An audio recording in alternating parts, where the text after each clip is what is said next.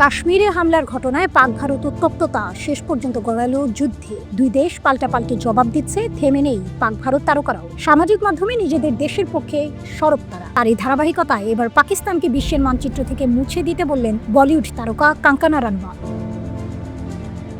মান্ডির এই সংসদ সদস্য ও অভিনেত্রী বেশ চুটেছেন। চাচা ছোলা ভাষায় ইসলামাবাদের উদ্দেশ্যে তোপ দেখেছেন। সামাজিক মাধ্যমে লিখেছেন, সন্ত্রাসের আতুর ঘর, জঘন্য একটা দেশ, আর ষোলা কোথাকার, বিশ্বের মানচিত্র থেকে পাকিস্তানকে একেবারে মুছে ফেলা দরকার। নিজের ইনস্টাগ্রামে দেয়া এক স্টোরিতে পাকিস্তানের প্রধানমন্ত্রী শেহবাজ শরীফের ছবি শেয়ার করেছেন কাঙ্গনা। সেখানেই এরকম মন্তব্য করেছেন অভিনেত্রী।